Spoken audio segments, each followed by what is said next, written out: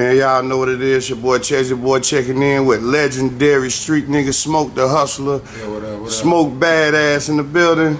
Yeah, what it do, Chaz? What it do, big bro? Shit, but it's a legendary interview right here. Oh, you already know it's going down. What's poppin', man? What you got going on? Shit working, man. It's working. Staying low, staying out the way, staying sucker free. That's what's up, man. I see you running with Boosie, man. What's good with that, bro? Just working, man. You know, I'm event coordinator for him, so you know, I'm helping set up a lot of shows, tours, verses. If somebody want verses, videos with them, you know, the usual. That's what's up, man. Before we get deep into the interview, you know, tell a lot of young guys out here trying to get on with their music. You know, by you being in the industry already, what's some steps they can take? Really, you know, just stay working, man. If you want it, you gotta get out and get it. You gotta do what it takes. You know what I'm saying? You gotta do your songs. You gotta continue making music. One song is not enough. You know, I get a lot of people sending me one song or two songs like, this gonna be my single, this it, this the hit. You know, but you really ain't gonna find that hit until you done recorded you about 50 to 100 songs. You know what I'm saying? And you know for a Chaz yourself, you've been in it forever. You know what I'm saying? And you know, just going from an artist to a manager to a CEO and working with so many different artists. You know what I'm saying? I see it happen a lot. Every day. When they feel like they don't have that hit, they'll give up on themselves. You know what I'm saying? But if you don't believe in yourself, it's like this. If I don't see you, you know, taking the steps and the actions to make it as an artist, then why should I, you know, reach out to you and say, come on, let's do this or let's do that. And then if I do reach out to them, a lot of them I do reach out to and they be, okay, yeah, let's do it. And then when the time comes and we got interviews or got to travel somewhere and go do this or go do that, they, oh man, I can't do it. You know what I'm saying? That's what's up, man. Do you get it like, a lot of people feel like, because you with Boosie all the time, feel like you supposed to reach out to them just because they see you working. They don't know you actually working, you know what I'm saying? But do a lot of them feel like you owe them something? Because I saw the work you put in with Boosie from the beginning. You know what I'm saying? A lot of people did, you know what I'm saying? But you feel like a lot of people act like you owe them something? I ain't gonna say they act like I owe them something. A lot of them reach out to me and say, bro, you know, take me to Boosie, take me here, man. He'll put me on, this and that. It's not that. It's not that I don't want to take you. You know what I'm saying? Even when I reach the Boosie and we sit down, we talk about certain artists in Charlotte, and I'm like, look, man, I could pull them on board. And Boosie like, okay, that's cool, but they numbers got to come up.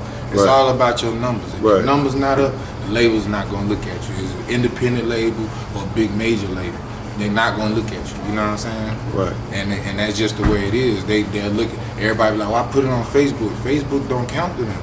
Right. You know what I'm saying? They want to see what your YouTube, your Instagram numbers, your followers. They want to see them comments. That's what they want to see. They don't want to hear, oh, I got a hot song and I'm gonna drop it and watch this. You know, get you 1,000, 2,000 hits. That's not gonna get you a deal.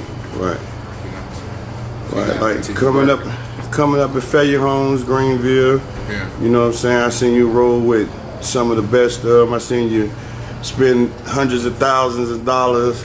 Yeah. Like, you know, living the street life, man. Like, what was that like, you know, living that life, going to prison, having a son, you know what I'm saying? Let the people know about Smoke the Hustler, because I know, you know what I'm saying? When you come from poverty, man, you come from poverty like we did, coming out of Piedmont Court, Fayetteville Home back then, man, we ain't had nothing. You know what I'm saying? So when we got something, we held on to it. You know what I'm saying? And we grind hard for it. You know, we was raised as men at 11, 12 years old before we hit teenagers. We was taught, you know, we got to get out and get it. We can't just sit here after school, do your homework. But then when we got outside around our homeboys and the real OGs out there, they was like, yo, look, this is what you gonna do. This is how you gonna make your money. So, you know, coming up, that's how I got my name, Smoke the Hustler. It wasn't nothing I couldn't get rid of. It wasn't nothing I couldn't put my hands on. I don't care what it was. I don't care what kind of drug it was. You know, in my past, like it was just like, you know, and dealing with the dudes I was dealing with, you know what I'm saying? It was just so much of it, so it wasn't nothing to make no money, you know what I'm saying? And I thank God for the way I came up in poverty. And a lot of us don't want to come up that way. A lot of us, you know, don't live that way, but a lot of us is forced to live that way. like such me and yourself, Chad. Right. We was forced to live that way. Our parents didn't have thousands and hundred thousands of dollars to go live on the south side in a big ass house out in Piper Glen and Raintree. We was in the fucking hood. You know what I'm saying? Every day. Trash cans on fire, stinking ass Pampers everywhere. Yeah, it's just the way it was. Crack valve, needles all over the ground. You gotta watch where you step. You gotta watch your bike will fuck around, have a flat from one of the needles, you know? So it was the way of life for us. And I thank God I came up that way instead of, you know, with a silver spoon in my mouth, because it taught me how to be a man. It taught me how to teach my kids to survive, you know what I'm saying? So, and that's why I thank God for I was able to survive, and he kept me going through it. That's what's up, man. Recently you just got out of prison. Incident, what was that out there in Midwest, West Coast? St. Louis. St. Louis. A guy was breaking in your tour van and you went crazy on that nigga. The thing was, man, the young brother, man, I ain't mad at him. You know, that's everywhere. When I was young and I was dumb, you know, I tried to catch somebody slipping. You know what I'm saying? And he didn't catch us slipping. He broke in the van. You know, we flew into Detroit. I rented the van in Detroit. Drove up to St. Louis the next day. I come out to the van to get something and holler at Webby people at the back door. And here he is in the van. You know, I'm asking him what you doing here, and he stole off on me. So I was forced to protect myself. You know, I gotta make it home to my 8 children, man. Ain't no way I'm going down like this. So, you know, when it came to court, this and that, they holler, oh, you was right up until here. And, you know, they were hollering 30 years, all this other bullshit. I ended up running with probation because they denied me a jury trial. They sent me out for a bench trial. I had the governor of North Carolina, the governor of Missouri on my trial. Right. You know what I'm saying? They statements in my trial. But it was crazy how the fuck the governor's got a statement in my fucking trial and you wasn't there. You know what I'm saying? You ain't even gonna be there, just your statement's gonna carry against me. So it was all fucked up, man. And the way that the judge was, the crazy part about it, they had one judge on there, Burleson, and they took him off. And when they took him off, they closed my case and put a Fed number on it. Damn. So we like, how the fuck y'all close my case and put a Fed number on it? The whole time they switched the fucking judges and had Boosie judge come from Louisiana that he beat in murder on the murder trial, had him come for my trial. So he told me he was gonna find me guilty if I didn't take that plea. He told me straight up, I was gonna find you guilty. Damn, you was actually on probation at the time this shit happened, right? I'm on probation now for it. I wasn't on probation then. I'm on probation now for that, now for 5 years. Yeah. Damn. Still smoking, I don't give a fuck. Damn, man. I see you got your little trap rolling with you, man. I see you put him in position as you got in position, man. How's it going with him? The thing was, man, what's crazy about this, man, I met Boosie because of Trap back in the day when Trap was rapping. Right. And Trap went to Louisiana to do a show.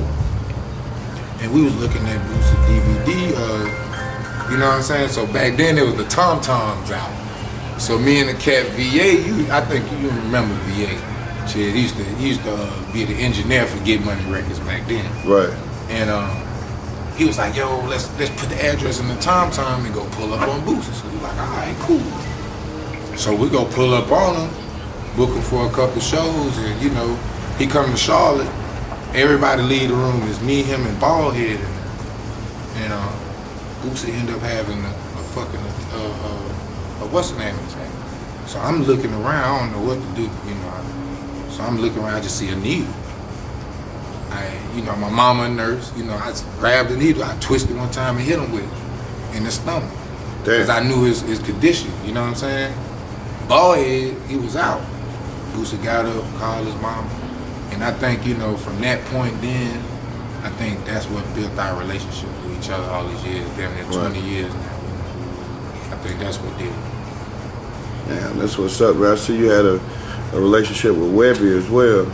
Yeah, still do. Webby, you know, cool people like, you know, like family to me. Just Webby on his own time.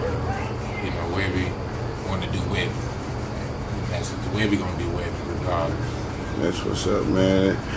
Like if you can get in position, you know, within the next year or two to change the scene and help the scenery in Charlotte, what's some things you'll do, you know, to help the music? Man.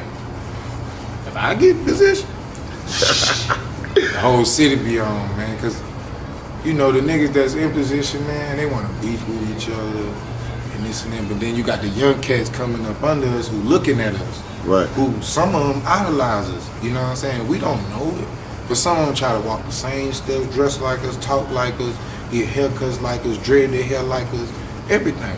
And we don't know that.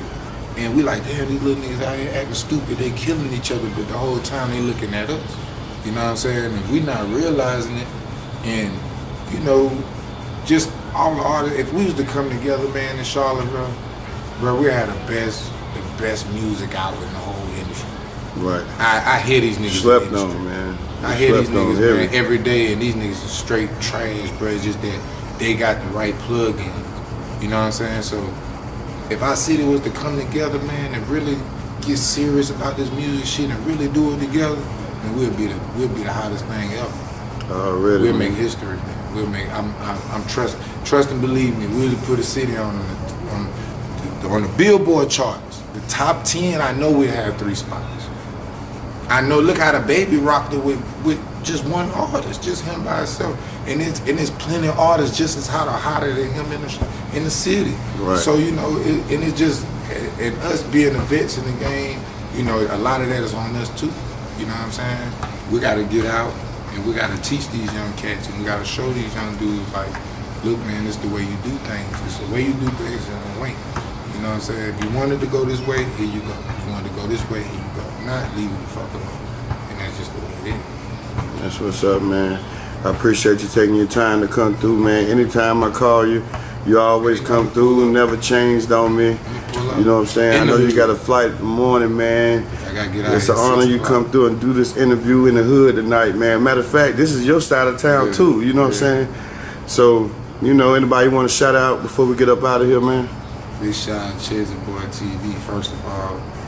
You know, big shout out to every artist in Charlotte. You know what I'm saying? Doing their thing, coming up, y'all do y'all thing. Don't let nobody tell you different. Don't stop. If your homeboys don't tell you your music ain't trash and they agree every song is hot, that's bullshit. Come to me and I tell you. Send me the song and I'm gonna send you on a scale of 1 to 10. Any artists they're trying to find you, how they find you on social media? At Smoke the Hustla. At Smoke DAHUSTLA, one word, Smoke the Hustla. On any social media, hit me up. You can hit Chizzy Boy, get at me. I'm easy to find. I'm easy to find. I'm willing to work with any artist that want to work hard. You know what I'm saying? Any artist in the city, outside the city, anywhere around the world. You ready to work? I'm ready to work. Let's do it. Let's get it, man. Appreciate it when we out, baby. Love.